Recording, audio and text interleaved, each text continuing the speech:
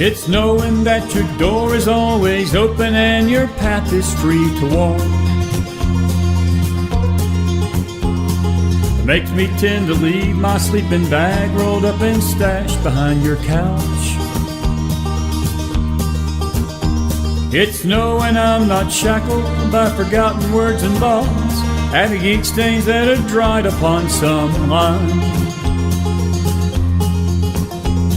That keeps you in the back roads by the rivers of my memory. That keeps you ever gentle on my mind. It's not clinging to the rocks and ivy painted on their columns now that bind me. Or something that somebody said because they thought we fit together walking. It's not knowing that the world will not be cursing or forgiving when I walk around the railroad track and find that you're moving on the back roads by the rivers of my memory, and hours you're just gentle on my mind. Though the wheat fields and the clotheslines and the junkyards and the highways come between us, and some other woman's crying to her mother 'cause she turned and I was gone, I still might run in silence, tears of joy might stain my face, and the summer sun might burn me till I'm blind. But not to where I cannot see you walking on the back roads by the rivers flowing gentle on my mind. I dip my cup of soup back from a gurgling, crackling cauldron in some train yard. My beard a rustling towel and a dirty hat pulled low across my face. Through cup hands round the tin can, I pretend to hold you to my breast and find that you're waiting from the back roads by the rivers of my memories, ever smiling, ever gentle on my mind.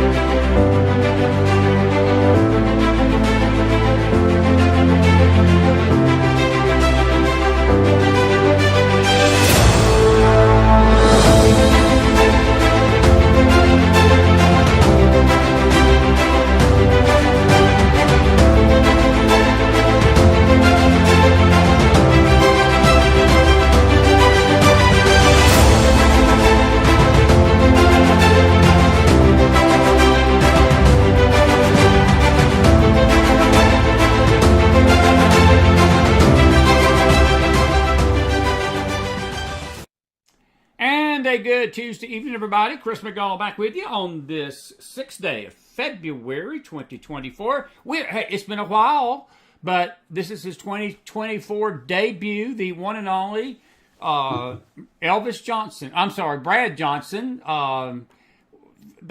Some folks don't get our joke. When I first met Brad, I asked him one day when we were sort of getting ready for the show behind the scenes, I said, I got $50. It says you got Elvis hid behind the garage there, and to this day, he's never given me a definitive answer. He talks about Elvis a lot, so if Elvis pops up, we know where he's been hiding all these years. Brad Johnson, former CIA operative.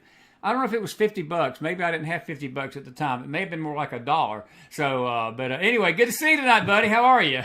Great to see you as well. Of course, why should I give you an answer when you never paid me the $50? That's true. No, that's true. That is. Because where I sit here, I've got this brick wall behind me. Chris was asking me, what do you got behind that brick wall? And that was when I think he asked me if it was Elvis. So, yeah, it doesn't happen to be the garage, but I can't say what it is. Elvis doesn't like it. So that's true. Hey, man, look, it's good to see you tonight. I know a lot of folks know who you are, but there's some folks out here that's new to our program tonight, our network, and I want you to take a minute to give them your background. You know, I've thought about this. Me and you've known each other going on 6 years now. You came on the show late 2018 for the first time. Our dear friend Christopher Hall introduced us, and Chris is a good guy, and we need to get Chris back on here. We hadn't had him on in a long time either. And me and you've remained friends ever since. I've got to meet you a few times in person, and it's been a great 6-year run, my friend. I mean that. I joke around with you a lot, but I really do respect your service to our country. You're a 30-year veteran, retired, former CIA operative, and there's not been an interview we've ever done with you, ever, that we do not get solid feedback from and questions, you know, and I appreciate that, and I do. And I always know I can get the truth from you as far as what's really going on in the country, because there's so much junk out there, so many voices out there that, you know, it's just sad that you can't really get a true handle on what's going on in the world. And look, ultimately, me or you, neither one, know where this is headed. We hope we know where it's headed for the good, but the way things are going tonight, my friend, the world, the state at large, that's our name of our title of our program, the world at large is not in a good place tonight. But I do want you to take a few minutes and tell everybody about your service to our country, because a lot of people have not heard this. And tell everybody how you got to this point, and you know, the CIA and your work with them, because you know, it's an intriguing story, and I'm proud to be your friend. But I do respect your service. I really do. Well, thank you. I appreciate it.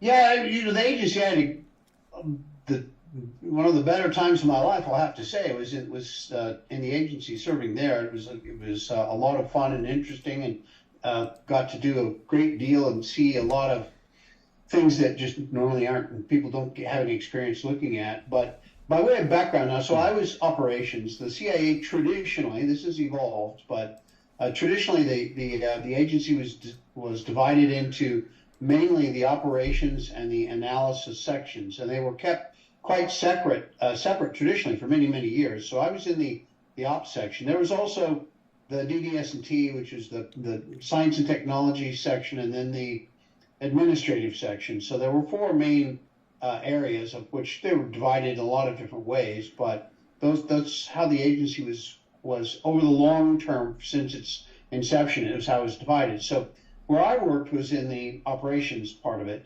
I was an operations officer, and I was hired to do that, trained to do that, and that's what I did for my career at the agency. And most of the people that you see out there on the talk shows and TV and Fox News and things like that, the vast majority of them are actually analytical background. Very few of them are actually operations background. And the ones that are operational background, for the most part, are hard left types of people. There are not very many that are conservative. And I don't, not very many Christian conservative just in any way, shape, or form. So I'm one of the very few voices out there of that nature. And of course, that makes me dangerous to the left. So lots of pushback. And my YouTube channel, I'm not even allowed to create a YouTube channel anymore because I'm so dangerous. Yeah, they've whacked you pretty good. They've whacked me too, but I know that they have really taken their vendetta out on you, my friend. We share that in common. Go ahead. Yeah, and we're not the only ones. Quite a few people get attacked by, the left, and they Google controls YouTube, and they're hard left and interact with the Democrat Party to decide who to get rid of, and that's clearly what happened to my account. And at any rate, so the way it works for operations is basically those are the guys that are out doing everything that everyone thinks of related to spying. And so that's recruiting, reporting sources. In the old days, they were called assets, or reporting people that are spies. In the actual vernacular of the industry, we would, the people that we recruit are the spies. If anything, I would have been a spy master. I'm the guy that spots and assesses and develops and then recruits these people who have access to information we want. It could be of a foreign government or a terrorist organization or some sort of revolutionary group. It could be anything. So my career was out doing that and was very successful doing recruiting and so on, far more than at least anyone else I ever met in the industry. And the vast majority of the people that are on TV talking to are, a lot of the talking heads, former director, blah, blah, blah. Those guys, the only thing they ever did was read about what I did, and others like me. They never did any of that. These guys that are directors of the CIA and deputy directors and in charge of this and that and the other, these guys are political appointees that come in and they read about the stuff that I do and they call themselves, intelligence professionals. That makes it a joke. The boots on the ground guys were the guys like me. Yeah. And that is where all of the covert action, which I've done a lot of covert action and recruiting of spies, if you will. I mean, that's not the way we would have phrased it, but that's what we were doing, all of that, and then running those spies safely so that you get the secrets that they have to share with you back to the government to report them. So all of that has disappeared. And Chris, as you know, I founded an organization a number of years back called Americans for Intelligence Reform. And the reason I founded it was because of the deterioration that I saw in intelligence. I was managed to get a couple of op-eds in at the Washington Times and different places like that, and do a lot of interviews and op-eds and on my own website too, which is intelreform.org, by the way, a shameless plug here. And you would never shamelessly plug anything, Johnson. What are you talking about? Never. Go ahead. It was innocent, it slipped out. Yeah. And so that was sort of my background, but it was of my years. I had about 20 years overseas out of my career because that's what I was doing, was overseas operating in these environments, and some of them very dangerous, a lot of war zones and things like that. And I, not in the military and didn't see combat per se, but I've been shot at, and I got to say it's one of those things I've pretty well decided I don't care for. I'm not fond of being shot at, and I don't recommend it to anyone. And crashed in helicopters and been out in the middle of nowhere. I got bizarre little things, medical stories I could tell you that would, kind of make your hair turn as white as Mr. McDonald's there. And I got a little scratch on my leg once. I was out in the middle of the jungle, absolutely nowhere, nothing for hundreds of miles. Got a little scrape on a rock. And there was a village there, and fortunately that village had a little, it's hard to describe. It's like a kiosk out in the jungle on the edge of this village that was a pharmacy, and it was like a booth that like a food truck. It was like a food truck, and they take up the sides. Anyway, I had this little scratch it was on my leg, but it started growing in a spiral, and from within like an hour of that scratch or 2 hours, that spiral was like the size of a quarter on my leg. It's starting to itch bad and stuff like that, and I was looking at that going, "Holy Christ, what is this? That is really something awful." So I went to the pharmacy and said, "Look at this. What is this? Do you have a cream to put on that?" And he goes, "Yeah, we have 3 types of creams, but you have to go to the doctor and ask them to test it and see which one is the most effective on it and all that." And I said, "Well, is there any problem if I used all 3 of those creams at the same time? Would it interact and, turn to fire or something?" He goes, "No." And I said, "Well, give me one of each, and I'll rub that on there, make it go away." And I had a scar there for probably 10 years. And that was just a little scratch on a rock. Anyway, that was my career overseas and doing a lot of interesting, fun things that most people don't get to see. Yeah. I do want to ask you a question. We've talked about this at times in the past. The very first night I actually met you for dinner, I never will forget this. I asked you a general question. I said, if you were head of the CIA, looking at the security agencies, because a lot of the questions that we get in on the network have to do with the 3-letter agencies, NSA, CIA, FBI, and we're going to talk about Department of Homeland Security tonight because what the Republicans failed to do tonight. But you believe that for this country to really see a total cleansing of all this bureaucracy and this political stuff, because you have been very, very critical of how, and I'll just use Gina Haspel as an example, the CIA director under Trump, and I don't even know, who's in there tonight. I've just sort of lost track of this under the Biden administration, but the bureaucracy has overtaken the field, and you are a believer, and don't let me put words in your mouth. You can word this exactly how you want to. But in general, you believe that that's some of the reason we've had all these intelligence failures over the past decade or so is because the field agent has been eradicated by this bureaucracy, and they're trying to do everything from D.C. instead of depending on real intelligence out there in the field, and that makes things a lot more dangerous for our country, buddy. Is that an accurate description of what's going on with the CIA tonight and through this leadership or failure of it or whatever you want to call it, as you've seen it through the years as it's gone down? Because it used to be, and I mean, I use a movie analogy, but you know, the James Bond movies and all these spy shows we see. I mean, you know, I'm sure that there's a lot of cloak and dagger stuff in real life, but it just seems like they're replacing the field agents for these bureaucrats. And Brad, we live in a dangerous world. The world at large is pretty dangerous tonight, and we need boots on the ground. Is that an accurate description?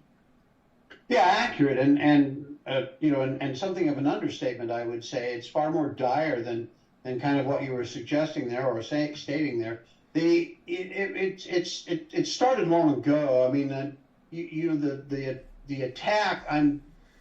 One of the problems for Democrats is that the CIA was always a bastion of conservatism. The reason it was a bastion of conservatism is because we're out there looking at the way the world works and we knew the truth. So if you're out there and have a lot of knowledge and experience, and you know, you develop wisdom from these with experience and knowledge, and you naturally become conservative as a result.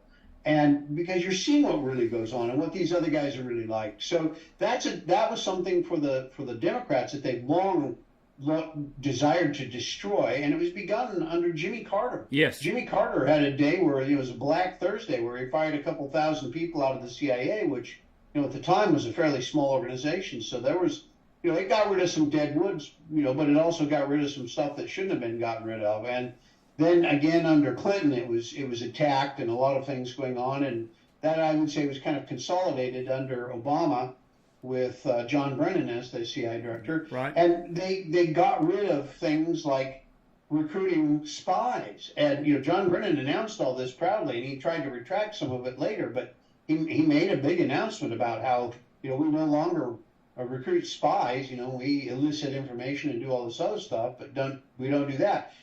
The problem is that's all true. And so if you're not recruiting spies, you don't need the cadre. Recruiting spies is not something where I send you to a 2-week course and off you go. You know, it doesn't work that way. You know, I heard an Army general talking about after the, you know, one of the wars we had in Iraq, and he was talking about it. He goes, to build a proper combat colonel takes 20 years. And he said one of the reasons that our Army is so strong is because we've got that 20-year process to build a combat colonel. Now, everybody understands the Army. It's big and it's green and everybody sees it. A lot of people have been in the military and everybody understands that. What they don't understand is in the CIA, it's the same way. You want to build a full performing operations officer who can be a chief of station, and you plop him down anywhere and he knows what to do and knows how to bring the younger people along and how to train them and what not to let them do, all those things. That's a 20-year process. It takes a 20-year process, a pipeline, to create that individual, which I went through. That, you know, this is me speaking from experience, not making this stuff up. And what they did was they got rid of all of that. They got rid of the operations cadre to begin with. And what they do is what I was making fun of earlier. They send you to a 2-week course and off you go. And let me give you an example that took place years ago, and that's the bombing at Khost. Khost was a border town of Afghanistan and Pakistan, and they had a chief of base there, and that chief of base brought in this guy that was supposedly, back in those days, going to give us the location of Osama bin Laden. Well, he turned out to be a bad guy and walked in there and went, you know, hit the plunger and blew himself up and killed wow. You know, half a dozen people and wounded, you know, that many more. And one of the people that got killed was this chief of base, and the people they were greeting him as a visiting academician dignitary sort of thing, and they were standing in a small semicircle to greet him with a second semicircle behind them, and those people in that closer semicircle was this chief of base and people that got killed. Well, who were these people? Herein lies the problem. And this woman, you know, bless her, really, you know, patriot, I have zero criticism of her. but she was an analyst. And they sent an analyst there because, I me's a good idea to have an analyst there, but you don't put an analyst in charge of operations. Right. It's a lot dumber than putting a plumber in charge of electrical problems. It's way worse of a disparity between those two areas of expertise. So you bring this woman in who's, intelligent and educated and a great analyst from all accounts, but you plop her down in an operations position. And every single person that was there were 2 or 3 people that were supposedly case officers, and they were in operations positions, but none of them had a background in operations. None of them, not a single person there was a trained operations officer. So what's Operations 101? It's like, you have the guards search the guy, 101. Any first year guy would know this stuff. You don't just bring him into the middle of a bunch of people because you don't know for sure who he is. So you always search him before he gets to the meeting. And when you have these meetings, you don't have meetings with 35 people there. You have meetings alone, and that's how you handle this stuff. You're not risking everyone and everything in this place, and it was just mistake after mistake after mistake after mistake after mistake, and it got a bunch of people killed. But who is at fault? And as I said, it's not the young lady who died there that day, who was the chief of base, that it was an analyst. It was not her fault.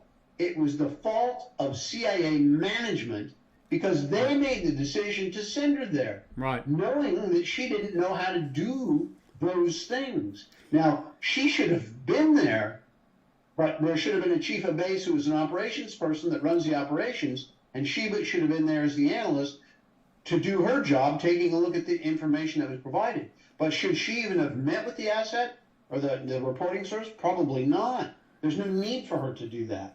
She should have been back at the office, safe and sound, processing information. Well, so that's the type of an example of how we're getting people killed. But I got a lot more. We can spend a couple hours just on this.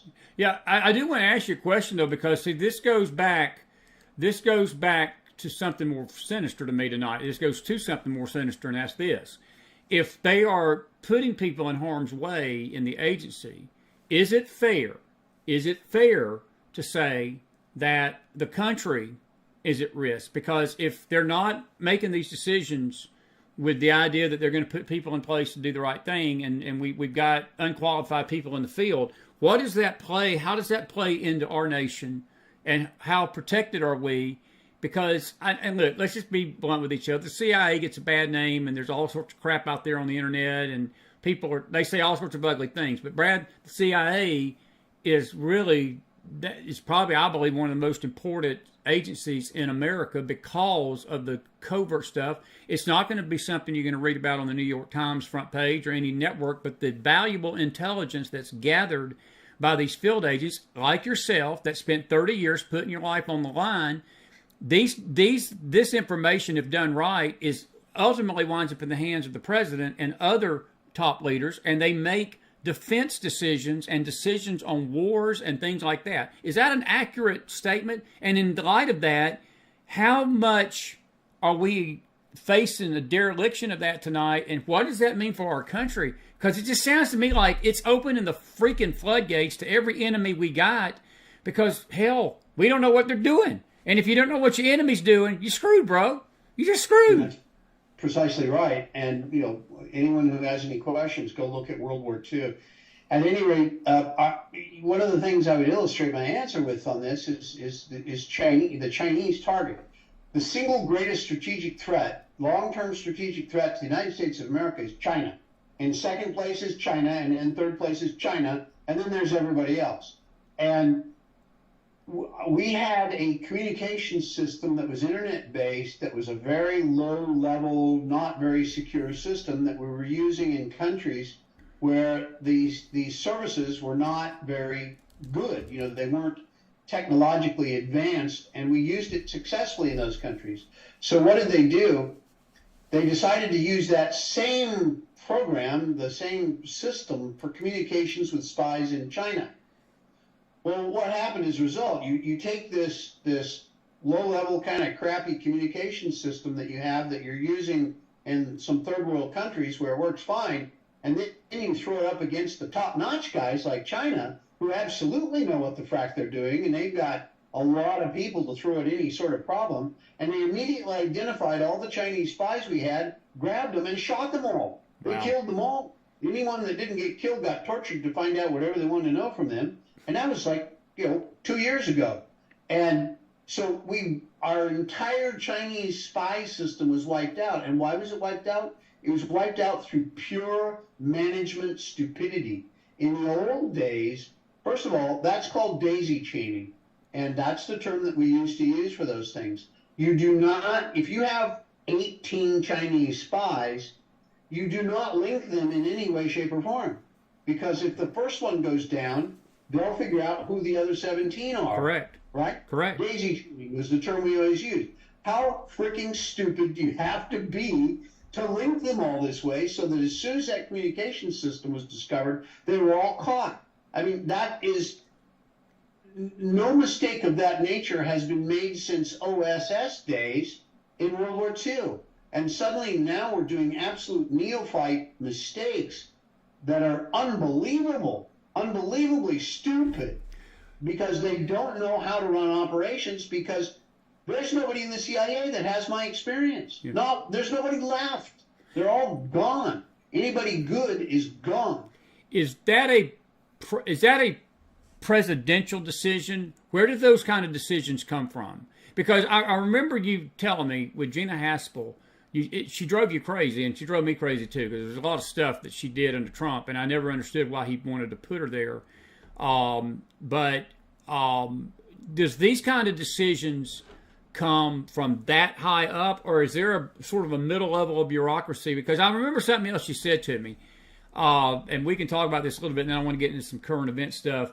But you said that the way to clean this mess out, to fix this, in all these agencies, the FBI, CIA, NSA, Department of Homeland Security, and any other intelligence agency, is to fire the top 5 heads of every department. Just fire them off, the top 5, clean them out, and restock them with new people. Do you still feel that would help tonight, or are we beyond a point of no return with these agencies?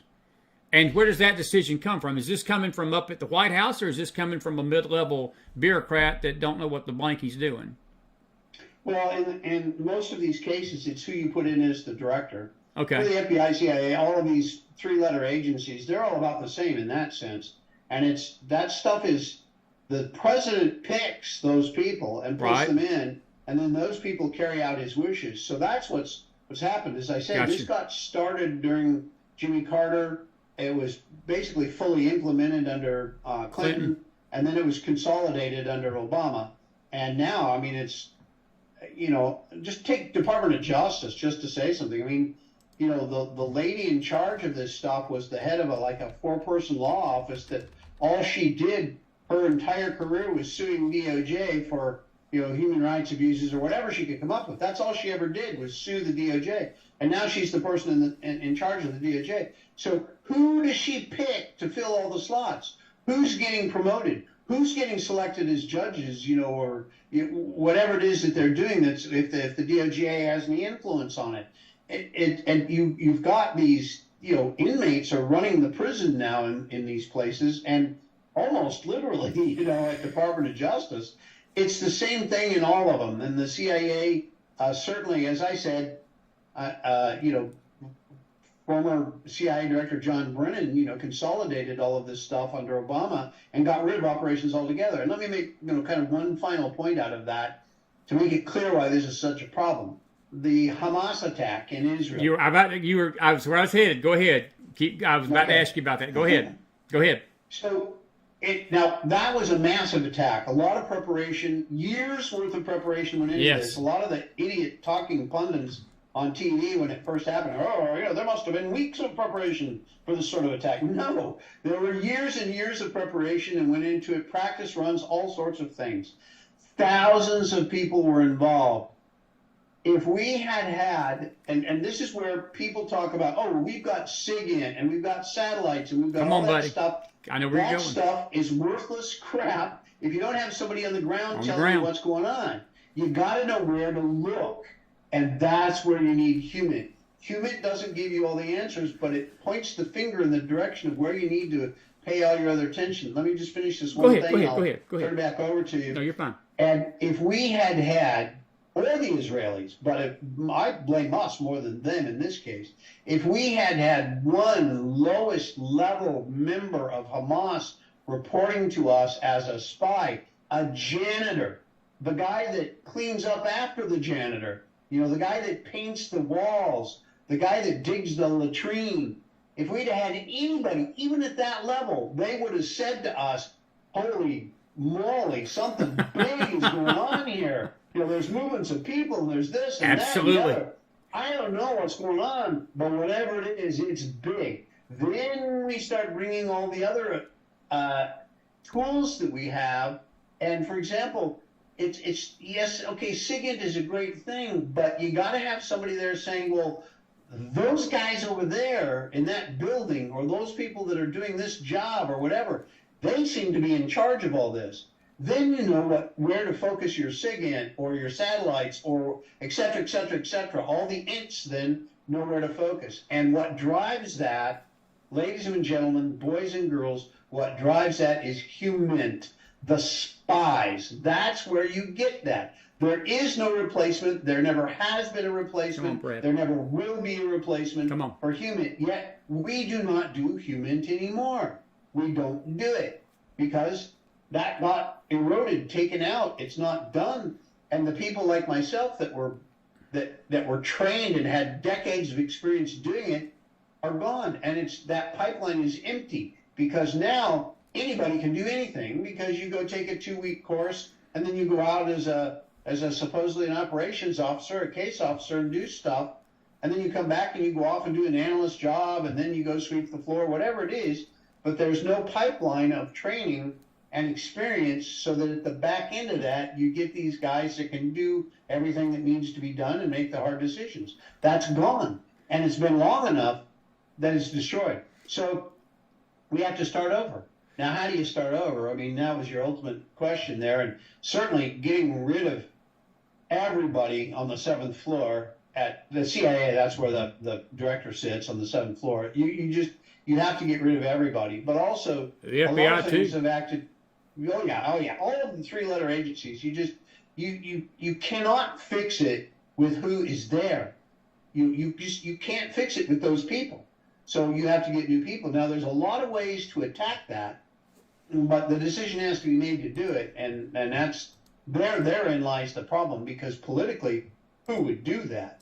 And the only person that would even vaguely consider doing it is Donald Trump. Donald Trump, exactly.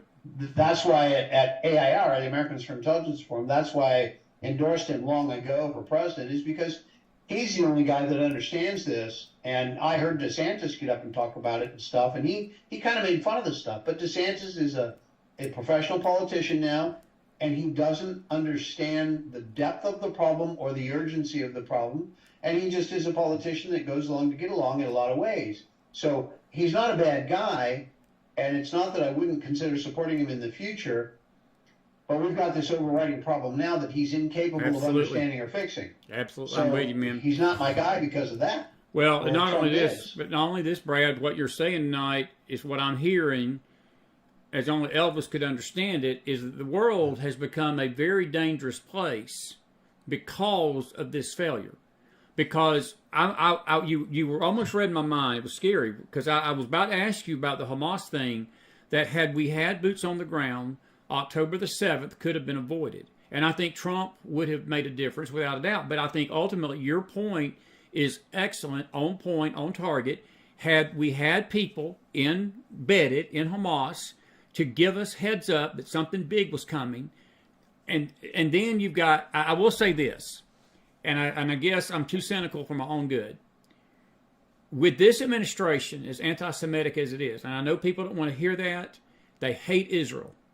Joe Biden is out there tonight, backstabbing her in the back, calling for a Palestinian state. Him and Bibi are now screaming at each other. He's strong-arming Israel to quit this war. He's almost bordering on supporting Hamas. I mean, he is. So if you've got a government in place that don't give a shit about Israel, and they don't give a you-know-what about the Jewish people, and they get all of this stuff in, ultimately the buck stops at that White House. Because if, no matter how much intelligence you get, somebody in that White House or in the Department of Homeland Security or somewhere in the Department of Defense, they've got to act on that intel. Because it's not just the intel, they got to act on it.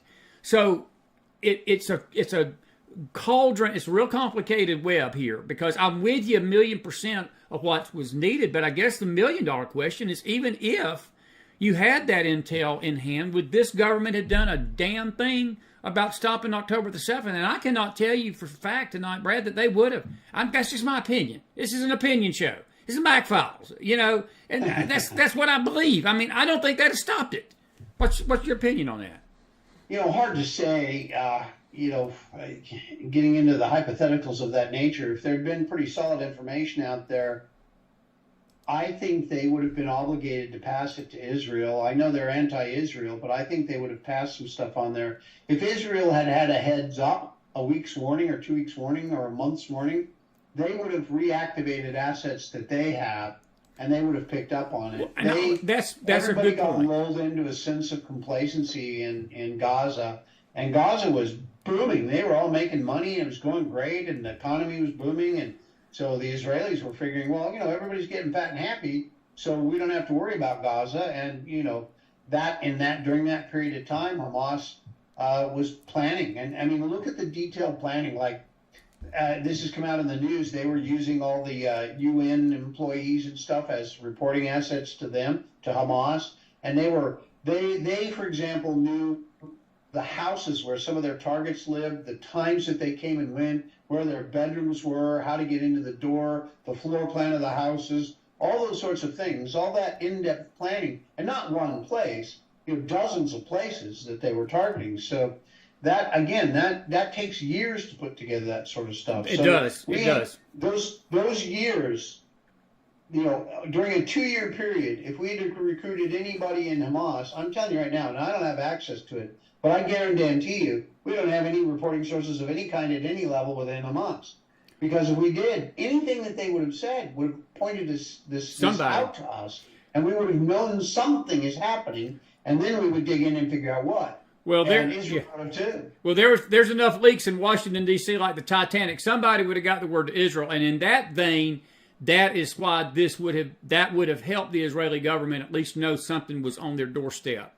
And then that would have been on Netanyahu to stop it and to try to move, because this October the 7th, Brad, I look at October the 7th almost like, 9/11 was a game changer in the world. And I believe October the 7th was a game changer in the world. Things have changed again for the worst as far as the state of the world at large. And all of these things tonight should trouble us because, again, this is our country, the good old United States of America. I do want to ask you a question because we've got about 20 minutes, and I want to go ahead. Go ahead, buddy. Go ahead. Let me make one point out of all of this too, because we were mentioning Biden and his policy. His policy is basically, two-state solution. You got to do this. These people deserve a homeland. They need to be left alone. Blah blah blah. It doesn't matter what they do. Okay, all right. If that's your policy, what about Taiwan? What about a two-state solution for Taiwan? Come on, buddy. That's exactly right.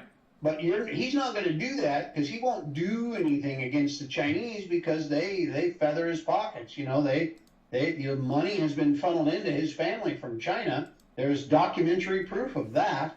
So, and by the way, where's the investigation of all that stuff? The number of things that don't get investigated that Democrat leadership or politicians do, and sleeping with a Chinese spy named Fang Fang and having money come into your pockets through her. I mean, that's no big deal. That's just no big deal. And Dianne Feinstein, who's now senile, had a spy on her staff for 20 years, and no big deal. The FBI just went to her and said, gee, Lady Senator Feinstein, this guy seems to have been a spy. Oh, okay, I'll fire him. And that's it. It's done. It's over. Yeah. That's it. Yeah, driving Miss Feinstein for many years. I know you heard tonight, let me just do a house cleaning issue. Folks, you're watching a very special McFile Tuesday night. We're so grateful to have my dear buddy Brad Johnson with us. First time he's on this year. It's not going to be the last. We got a lot of year ahead of us. Couple of quick questions for you. We will take a question or two for him. If you got a question, put it in Facebook and YouTube tonight. I'll ask him. The Republicans continue to show us that there is not one set of balls in that party.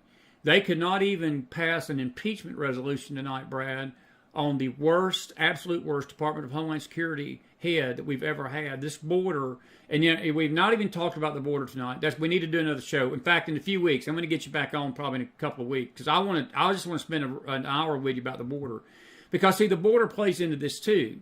Because we're allowing the very people that we're talking about, whereas the spies would be able to pinpoint our enemies overseas, well, we're letting the enemies overseas come right through our southern border, my friend. The border is more wide open than Eric Smallwell's house two thing. And it is, I'm serious. I mean, I'm being funny, but it's the truth. And it's wide open, and our enemies are coming in and flooding over us. And this man has overseen this train wreck, and yet we can't even impeach him in a Republican-controlled House. And granted, there was only 3 votes that we got. We have 3 plus on the plus side right now. Very minor majority. But 14 Republicans, 14, man, voted against this. What the living blank? What Whiskey Tango Foxtrot? I'll just use Johnson's Whiskey Tango Foxtrot is going on in Washington, D.C., Brad Johnson. This is what, I'm telling you what, this is why people hate politicians. This is why people cannot stand the political structure of this country. Because we can't get a damn thing done because of scumbags in that House and scumbags in that Senate.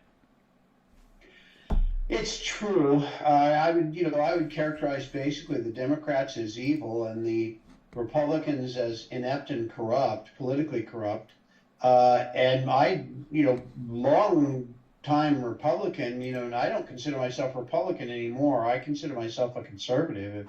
If anyone asks me if I'm a Republican, I go, well, yeah, I guess.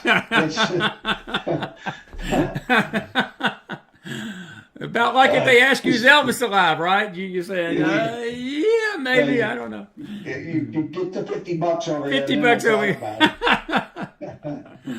But yeah, I mean, but doesn't it frustrate you though? I mean, look, you've been in this government, and look, I'm not naive, and I know that things happen in D.C. behind closed doors. But Brad, it's almost like we're capitulating our sovereignty, man, our freedom. Look, forget democracy. We're a republic. We are a constitutional freaking republic. We're not a democracy here. And the people have the say. And these bastards up in D.C., they are, that punk that had his 2 middle fingers up that was arrested last week, hurting the cops. To me, these politicians in D.C., every time they step into that chamber of the Senate and every time they step into the chamber of the House, to me, that's what they're doing to us tonight. They are telling the American people, we don't give 2 blanks in the wind who you are and what you want out there. We're going to go out and run this country like we want to run it, not giving what you want out there in that American public. Because you cannot tell me that a majority of the American people want an invasion on our southern border of rapists, pimps, drug addicts, meth, fentanyl, DUI killers, murderers. You cannot tell me that they want that happening in their nation, Brad. A majority of people. Look, even the Dems in New York and Chicago are begging Abbott, please don't send us any more of these illegal aliens. We're a sanctuary city, but don't send us any illegal aliens because they're overrunning our city. Even the Dems get it. Yes, it's well, as you pointed out earlier, the future is difficult to predict, or at least predict accurately. But right. I have to say, I mean, if we are able to have fair elections, I would be a little surprised. I mean, it looks like it's going to be a Biden-Trump rematch, at least for the moment. And if that's the case, I would be really surprised if it's close. I mean, I would expect a huge blowout for Trump, but hope. it depends on voting machines and all Yeah, that kind of stuff, absolutely, and man. seeing if they're can be done in such a way that's actually accurate. But yes, you're right. I mean, it is an inherent problem with. I'm here in the D.C. area and I spent a lot of time down on the Hill and doing a bunch of stuff and being around, rubbing elbows with these guys. And then when I was overseas, we had congressional delegations, so hundreds of these congressmen and senators would come out all the time. So I've been around them for many decades and have a good feel for who and what they are, which is mostly bad. I made this comment to Mr. Mike Pompeo one time, and I said, 90% of Democrats are complete scumbags. And I said, and the Republicans, it's about 50-50. And he looked at me and he goes, it's about right. Yeah, he shook his head like this. He goes, yeah, I think that's about right. And I think that remains accurate. I think, there's a very small percentage of decent Democrats and there's a 50-50 ratio of Republicans that are all right. But if you add them all up, then you've got this very tiny minority of anybody who's any good. Yeah. And, overwhelmingly 75-80% of all Congress are a bunch of frickin' scumbags. Yeah. And I'll just do a little story here. By the way, if a congressman or a senator went overseas to a country where I was, and whatever they did, I would know about, because I was the frickin' CIA and I kept track of everything. And if they went to a whorehouse and had sex with a 10-year-old boy, well, I would have found out about it. Now, in that hypothetical case, and I'm not saying actually happened, but if that did actually happen and I had reported it, well, guess what would have happened? Nothing to the congressman or senator that went overseas to her house and had sex with a 10-year-old boy. Nothing would happen to them. I would have gone to jail for reporting anything on a senator or a congressman. Those are some of the laws we live with. And like I said, I've seen how these guys behave, and trust me when I say that it's stuff that I find despicable, and yet those are the guys that are doing confirmation hearings on judges and stuff like that. I mean, drugs on Capitol Hill among even congressmen and senators and especially the staffers. I mean, yeah. You want a clean house. I mean, this would be this will never ever happen, but give drug tests to all the congressmen and senators. If they can't pass, then throw them out of office. I don't think we should have a bunch of Yeah. I got a couple of good questions. Guys. Yeah, got a couple of great questions for you. Corey Aguilar, and she says Pompeo was one of them. I don't disagree with that. But she does say this. She says, how does our military technology, and Dennis, I'll get to your question next, buddy. How does our military technology stack up against other nations? Are we actively developing new innovations? That's an excellent question. How is our technology right now? Is that another casualty of this bureaucracy push where they're pushing these agents out, or is our technology keeping it? That's an outstanding question. Well, generally across the board, our technology is good, and especially when you get into the military technology and stuff, our technology is good. I would say it's almost never. The problem isn't really the technology. The problem are the political decisions that are being made out there and how things are implemented. Forgive me. I'm sorry. It's the political decisions on implementation where we create the problems. But I would say our technology overall is good, better than most. The only one we really have to worry about are the Chinese. They're stealing technology at a prodigious rate, so they're able to keep up with us fairly quickly. So we do have to worry about that. But the communications thing I mentioned earlier, which this may be a reference to that 20 or 30 years ago, we would have been able to handle those same Chinese spies 100% securely with no problem whatsoever. No problem whatsoever. We could have met with them in China under the noses of these guys back in the old days. Right. And now we can't use an electronic system, an internet-based system, and not get them all killed. I mean, it's not the technology; it's the dumbass decisions. How concerned are you about TikTok?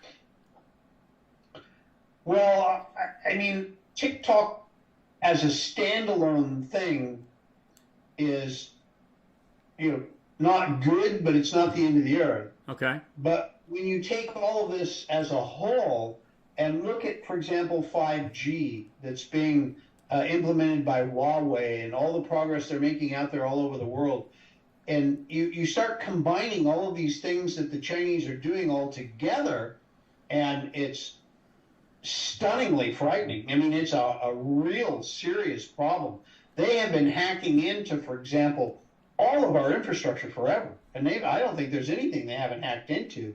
What does that mean? That means on the day they decide to attack Taiwan, for example, they shut down all our electricity. For example, they shut down all anything that they've been able to hack into, which is pretty much all of our infrastructure. And so they just flip a switch and shut it all down. Now, some are going to be more successful than others, but if you shut off 75% of the electricity in the United States all at once, are we going to be looking at defending Taiwan? I hope so, but it's going to make everything a lot tougher. That leads me to my next question. You got China, Taiwan, Russia, Ukraine. You got the Middle East ablaze. You got Iran. You got these missiles being shot at our boys. We had 3 soldiers killed last week. Tragedy. As Brad Johnson looks out over this landscape, I asked Eric Kieran this last night, and his assessment is Iran is our big enemy. You say China. I believe both of you are right. I don't think one is wrong. I think both of you are right. Both China and Iran pose great threats to our country. But, Brad, these conflicts keep bubbling up all over the world, my friend. As Brad Johnson looks out over this, do you see us headed for World War III? Do you think we're headed for a global conflict soon? I'm just curious. What's your opinion? I know that's not a right. We don't have a crystal ball. But do you see us on the brink of a global conflict? Because eventually America is going to be pulled into one of these situations, and we're not going to have a choice. Right now, let me just say this. And again, Chris is just a Southerner, and I'm just one of these no-nonsense, redneck. This is why Chris would never be president. Let me tell you something. You draw blood of one of my soldiers in this country, as a country, I'm putting a damn hole in your country so freaking big that the Titanic could start a museum in your capital city. You do not blank with the United States of America and draw American blood. You just don't do it. And every time we lose a soldier, it's like this government does this right here. Well, we're going to respond in the appropriate manner. No, you respond by pushing these bullies and hitting them back in the face.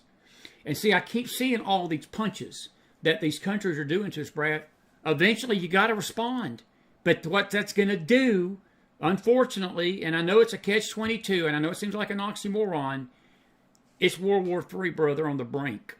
And that's just my opinion. I'm just curious what yours is. I know there's not a right or wrong answer to that, but what you see. And I'm going to ask another question by Dennis Floyd. He's got a good question about. All right, two things on that. One, I caveat China as the greatest long-term strategic threat to the United States. That doesn't, and they're for second, third place. There's just no question. Iran is also a long-term strategic threat to the United States, but not as great as China. Iran is no China. They don't have the resources or anything or the reach that China has. So China is the greater danger, but Russia is a danger, Iran's a danger, terrorism is a danger. North Korea is a danger. They've got nukes and stuff. There are a lot of things that are dangerous out there, but if you rank them and China's not first on your list, then I think it's a pretty egregious error. Not that there aren't other threats. Right. There are. Right. There's a lot of threats. Now, on the other half of that question, are we headed towards World War III or a major world level, large level, conflict? I would put it this way. I mean, if you look at what the situation was prior to World War I, and I would argue to anyone that World War II was basically an extension of World War I. Absolutely was. It kind of finished it up. It did.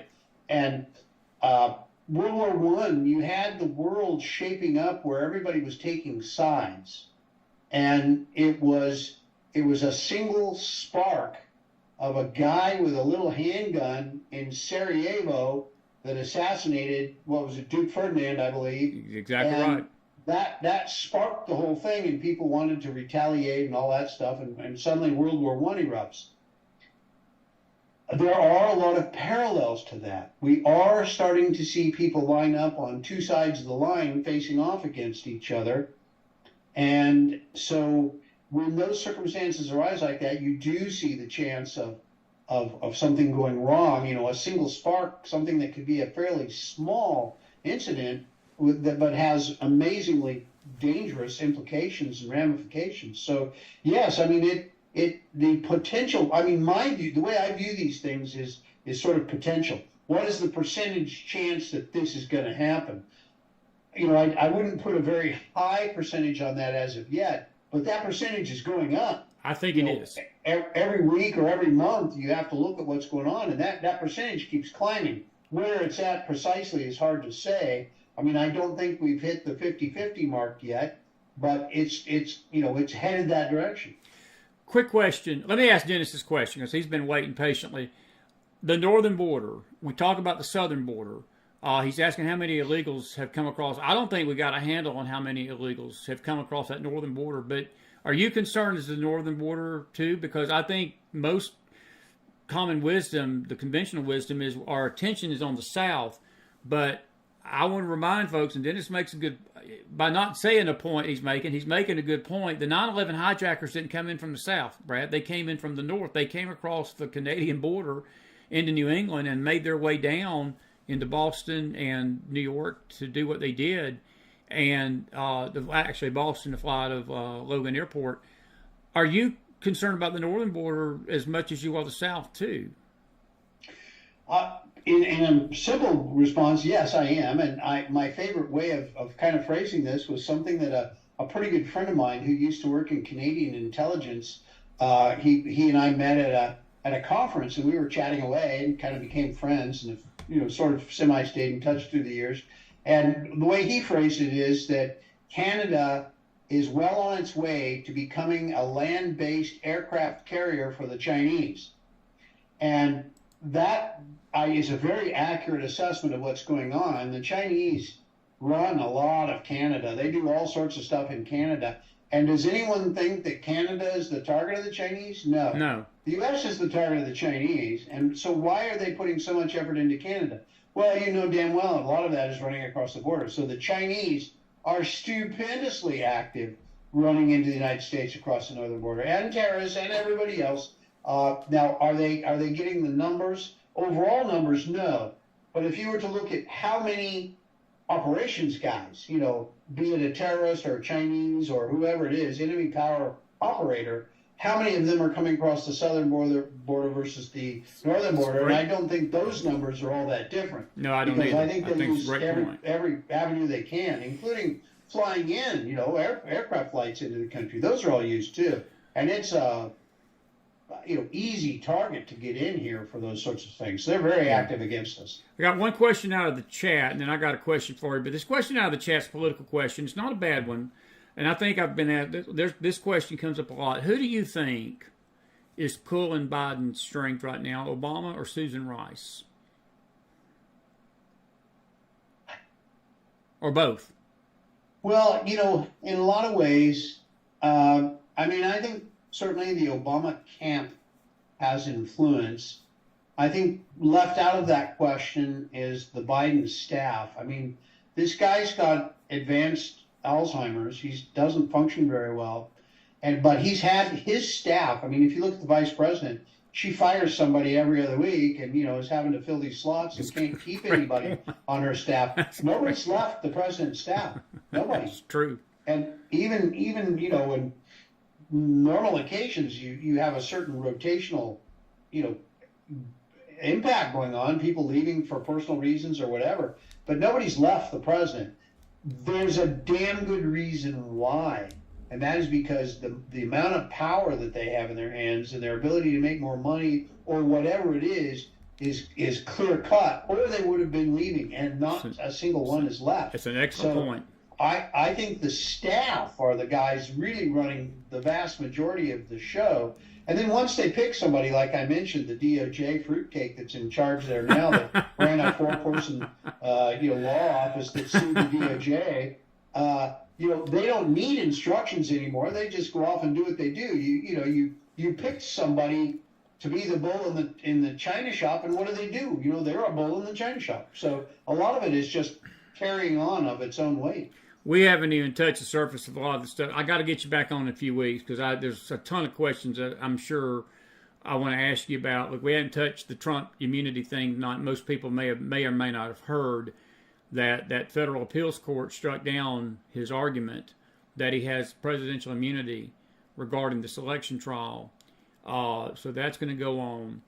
My question to you as we close tonight, and this is a biggie, maybe not be easy to answer, but I think this is what's churning in my mind every night I go to bed.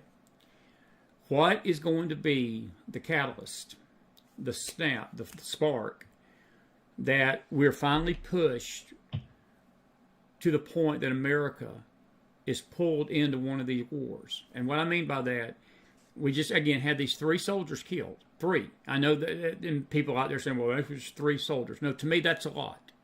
That's a lot that we had 3. They bombed the barracks in Jordan. That was an attack on the United States of America. That was not an attack on Jordan, Israel, anybody else. That was an attack on us. What is it going to take to get us to respond? Is it going to be something that happens on the soil here in America again, like 9/11? Or are we going to keep taking these little pinprick shots overseas and just brush it under the rug? 20 here, 10 here, 5 here, die. Media ain't going to make no big deal about it. Even those families would be grieving, though, and they don't give a blank, a turd. I'll just use that term because I'm trying to somewhat be a family show. But they don't give a turd about these families, Brad. And those soldiers were from my home state of Georgia. What's it going to take? I mean, what do you see happening? Do you think it's going to take something to happen on our soil before we actually do something and respond?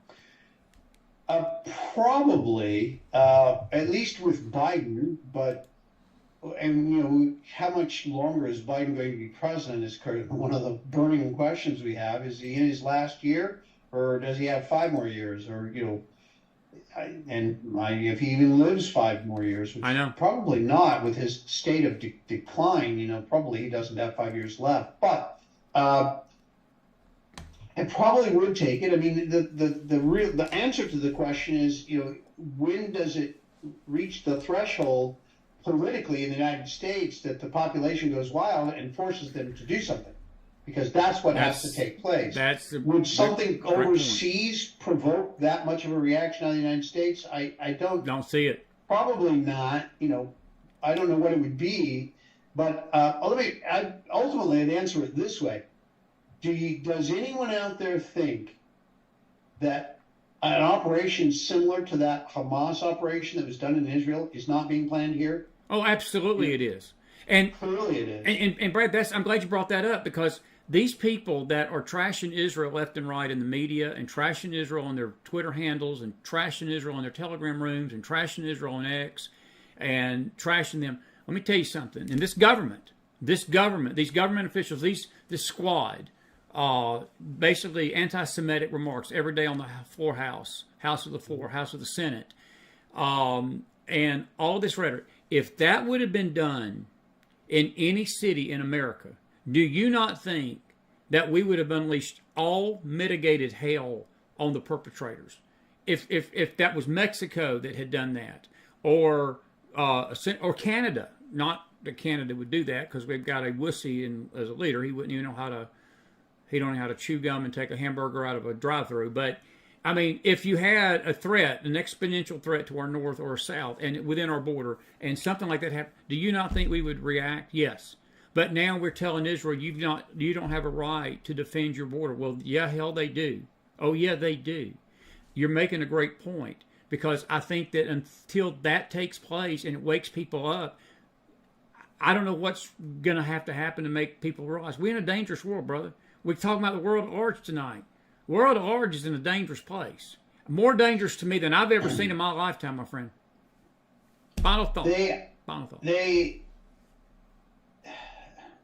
you know, these things are very hard to predict how all this would turn out. I just don't know on some of this, but we are most assuredly in a more dangerous place. There's these operations being planned how strong would the reaction be? Would it be effective? Leadership has everything to say. I can say this about Biden. Biden's not going to do anything about anything. No, he's not. He doesn't. He's already proven that he's unwilling to take action against these things. If Trump were in office, would he do something? And damn straight he would. Trump understands how this really works, and that is, if Iran kills 3 of our soldiers in an attack, even if they're doing it through surrogates, and we bomb the crap out of them and destroy billions of dollars worth of stuff and kill half their leadership. That's right. Well, that sends a message to the world. That is the way you defend yourself, because it's like, well, okay, if we could do that, we're going to pay an awfully big price. Is that what we're willing to do? Leadership is never willing to die for those sorts of things. So if you're able to strike back and kill some leadership, that all of those attacks are going to dry up and go away. Look at what happened to Gaddafi. Gaddafi was out there doing all sorts of stuff. And what did Reagan do? They bombed him, killed a couple of his family members, took out some leadership, and that boy kept his nose out of problems for a long time. And finally caught up with him, but it taught him a lesson. But he capitulated, and he basically was begging Bush. I remember this during the Bush years, the Junior. He was begging Bush Jr. to make peace with him. I mean, he was please, America, please. We don't want a war with America. That's how you handle bullies, Brad. Look, you've been around this for 30 years in the field, brother. You know this. Countries that have bully leaders, you cannot let them bully the United States of America. And that's one thing, and I do agree in principle with what people have said about Trump. I do not believe October the 7th would have happened because they would have been too scared of what he would have done to protect Israel. Weakness generates danger. And we are in a weakened state tonight. It attracts the sharks. It attracts evil men and tyrants to do tyrannical things. That is what I'm trying to get across, and I think we've done a good job of that tonight. Listen, buddy, I appreciate you being with me tonight. I do want you to hang loose a couple of weeks from now, toward the end of this month, before the month's out. We're going to have you back on, because I do want to deal with this border directly, and we'll see what happens between now and then. It's like every time we wake up, something is going on in the world, and it's just going nuts. And you can't throw a rock without hitting a pile of crap. No, absolutely. You got any final thoughts before we say goodnight? I do want to give you a chance to say anything final before you go. Intelreform.org is your website. I encourage people to visit Brad's website. It's a great website. I mean, tremendous. One of the best on the internet for current events. And I'm not going to bring up a certain crap news network that I'll just say this, that Brad has caught the attention of the crap news network, and that's a badge of honor in my opinion, because short of a meth house in the south side of Brooklyn, that's about what I consider the worth of CNN tonight. So all 15 people that was watching the network heard it back. But I'm going to say this. I've known you for 6 years. You're a straight shooter. You bring the truth to us. And you've got my utmost respect, and you've got my friendship. We got you back here on this network, and we're always proud to have you. And I appreciate your service for these 30 years that you was in this agency. And I know that you've got your pulse on this, and we're grateful to have you. I'm going to give you 2 minutes. Wrap us up. Final thoughts. And you didn't pay me to say that, by the way. Elvis did, but he didn't. Elvis did, but he didn't. Go ahead. Well, thank you very much, Chris. I appreciate that. Always appreciate your friendship, our friendship, and speaking with the McFiles family. I do a lot of interviews with a lot of people, and I get quite a few hit pieces done against me too, stuff like that, which I, like you're mentioning there, I kind of enjoy them, because to me that means I'm on target, because otherwise why would they bother? Because I'm just one guy. Why would they give a damn what I say? But clearly they do, and that means that I've been tabbed as dangerous. Of course, if Biden's reelected and they start working their way down the list, I might have to go underground and hide. But you've hit on a lot of the important aspects of what everyone needs to be aware of out there, and I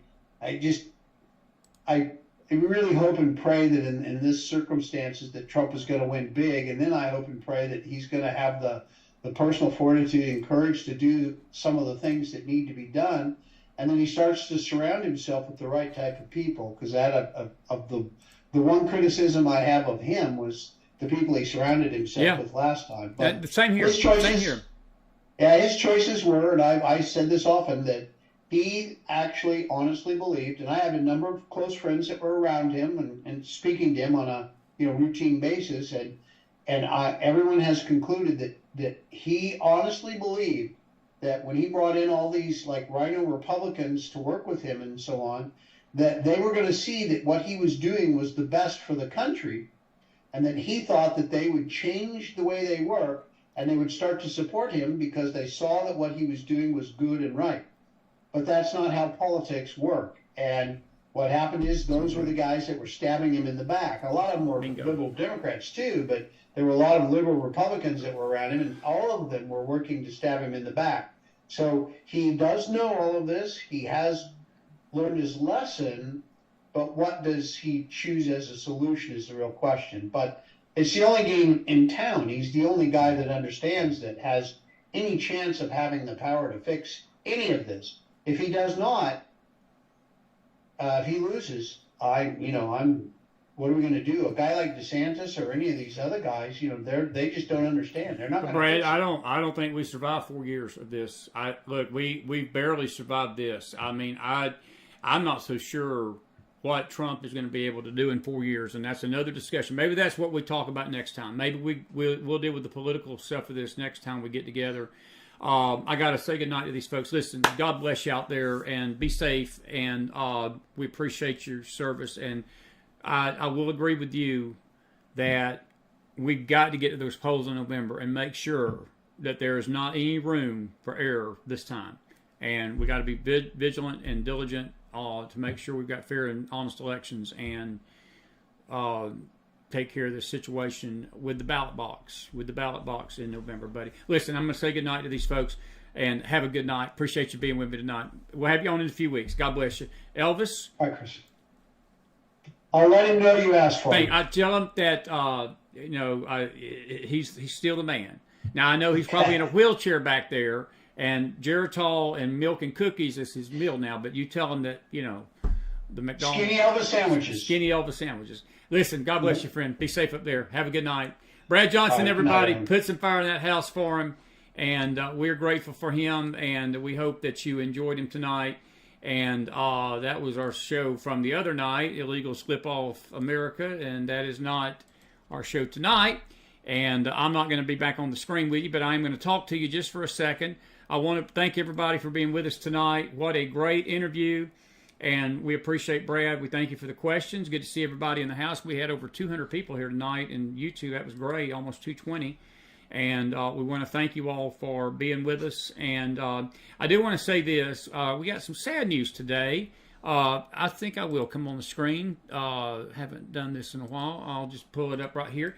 We did get some sad news today in the world of country music. I know some of you have heard about this, and maybe some of you didn't. Toby Keith, who was a tremendous patriot, great singer, had some of the greatest songs in the world for country and patriotism, visited the troops nearly 25 times through the years. He got stomach cancer a few years ago and had been fighting the fight. And today he died at the age of 62. And it was very sad when I heard the news this morning. Him and my mother died the same age. My mom died at the exact same age he did. And you could see the picture. You could see it, that he had lost so much weight. He looked, just almost thin and bones and skin and bones in the picture this morning that they had taken just last year in his latest concert, and still selling arenas out. But our prayers with the Keith family tonight. He was from Nashville, and we're sad to hear the passing of Toby Keith, the country music star, and our condolences to him. Also, my friend Chris Aquila, and I know she's listening tonight. Our prayers for Jimmy, her husband, had an operation yesterday, and he's recovering tonight. There's a lot of pain, so please say a prayer for the Aquila family. He's not doing too good tonight, and I told her we'd pray for her and mention her on the show tonight, and I did. And our prayers with the Aquilas. And that's my dear buddy of almost 3 decades, and we appreciate her, and projects are coming down the road with her, and we're grateful. We're grateful for Chris and Jimmy, but our prayers for Jimmy tonight, Jimmy Aquila, Please remember them. Listen, God bless you. God bless your families. God bless this great nation of America. Y'all did a great job. Good questions tonight. Brad's going to be back with us in a few weeks. We're going to get more into this political stuff. Another big story that maybe not have heard, Roman McDaniel, Mitt Romney's niece, you can say adios amigo. She is now resigning after the South Carolina primary, February the 24th. She will no longer be the chairman of the Republican National Convention. There is a God in heaven tonight, and there's justice on this earth, that she is stepping down. And that's been a lot of the problem with the Republican Party. Not all of it, but it's been some. And that's one less thing to have to deal with come election time. So that news is breaking, and we will be talking to Miss Magdalene Rose about that. When Magdalene comes on, she's excited about it. I sent her a text about it, and her response was, it's about time. So we may talk with her about that. Now, Thursday night, we got Mike Simonelli coming. He's a retired police officer in New York. We're going to be dealing with all this immigrant, illegal alien crime in New York and what's going on with the mayor and the governor up there begging these illegals to come. You know, we've got a sanctuary state. We're a sanctuary state. And when they come and kill people and maim people, now the mayor and the governor's acting like, we got to get these illegals out of here. We got to get these illegals out of here. That's politicians for you. Politics, mini bloodsuckers, and that's what they are. I got another term for them, but this is a family show. But anyway, we're going to talk about that with Mike Thursday night. You're going to like Mike. He's a good guy. He's been on our show before. Mike Simonelli. Now, we got Marcia Montenegro tomorrow. It's early bird special, 6:30, right here. It'll be a regular show, not be on the Faith Network. It's going to be on right here on this network. And it's going to be an intriguing discussion. We're going to be talking about Eastern Transcendentation and these Eastern religions again as it relates to the New Age. Marcia is a specialist in the New Age, and she's going to be with us tomorrow night to discuss that. And then tomorrow night, if you're with us on our Faith Network only, we'll be back on a Wednesday night Bible study. We'll be back on Revelation talking about the Church at Philadelphia tomorrow night. So don't miss that. In the morning, Faith Network. Bright and early, 9:30, 9:45, somewhere in that time frame. Our Bible study, first one of the week. We'll do 3 this week. So we've got a lot of shows to come. Not sure what we're going to do Friday, but we'll let you know when we wake up Friday morning what we're going to do Friday. And we are on the air over there, and we are the McFiles. Thank you, Dory West. Beautiful thing that she sent me. Established 2018. Faith, truth, liberty, freedom, and justice. And we got some great announcements. We got an announcement to make tomorrow night about some things coming up in 2 weeks and some other great things coming. So listen, stay with us here. If you enjoyed the content, let me remind you, we appreciate you giving. Your donations help keep us on the air. PayPal.me/TheMcFiles. Cash.App /$TheMcFiles. Patreon.com/TheMcFiles. Venmo is TheMcFilesChris. And if you prefer the old-fashioned way, P.O. Box 50942, Knoxville, Tennessee 37950. Thank you for your donations. Thank you for your support. Thank you for your questions. Thank you for being with me tonight. And thank you, Brad Johnson, my dear buddy. Can't wait to see him in person again. It's been a while. We're going to get a steak.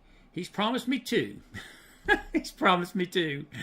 And I appreciate that. He said maybe a cheeseburger and a steak, but 1 steak at least. All right, I'll keep him with that. And Elvis is going to join us too. And I'll take a selfie with Elvis, okay? Listen, have a good night, everybody. If you enjoyed the show, put some fire in that house one more time for me. See you tomorrow. Good night, everybody.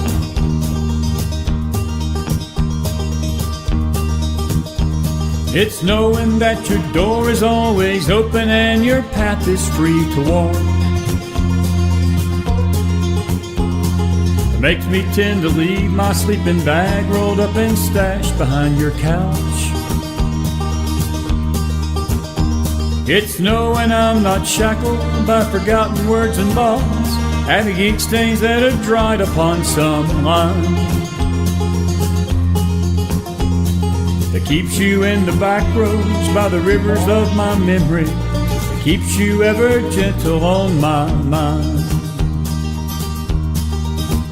It's not clinging to the rocks and ivy painted on their columns now that bind me. Or something that somebody said because they thought we'd fit together walking. It's not knowing that the world will not be cursing or forgiving when I walk around the railroad track and find that you're moving on the back roads by the rivers of my memory, and hours you're just gentle on my mind. Though the wheat fields and the clotheslines and the junkyards and the highways come between us, and some other woman's crying to her mother 'cause she turned and I was gone, I still might run in silence, tears of joy might stain my face, and the summer sun might burn me till I'm blind. But not to where I cannot see you walking on the back roads by the rivers flowing gentle on my mind. I dip my cup of soup back from a gurgling, crackling cauldron in some train yard. My beard a rustling towel and a dirty hat pulled low across my face. Through cup hands round the tin can, I pretend to hold you to my breast and find that you're waiting from the back roads by the rivers of my memories, ever smiling, ever gentle on my mind.